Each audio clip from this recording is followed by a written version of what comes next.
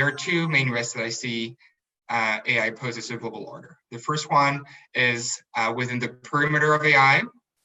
AI is being used to automate actions that were previously done by humans in ways that are faster and smarter to increase productivity. The problem with automation is that it can automate pillars of society that with consequences that are unforeseen, right? So when we think about automating warfare and powering drones as well as lethal weapons, we see how this is a threat to the global order, right? So this is the first risk. The second risk that I see is about the impacts of automation. Let's take the example of facial recognition technology that is being used by forces to maintain order.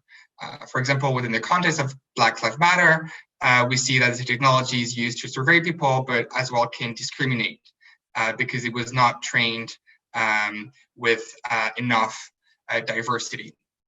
AI can replicate and amplify social biases, and this is something that also be regulated.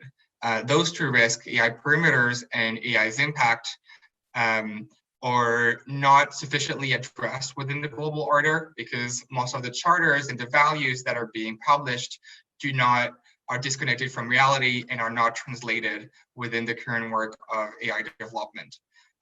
Especially since AI has been getting an inflow of money that is very important, and AI investment is skyrocketing.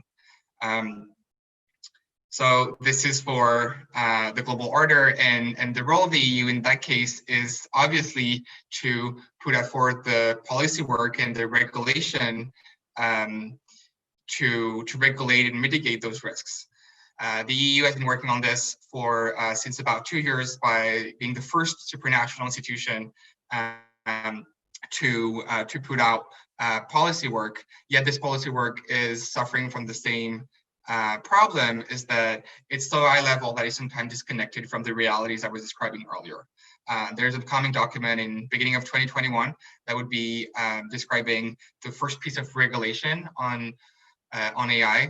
So hopefully this document will be more connected to reality in order to mitigate the threats that AI poses to the global order.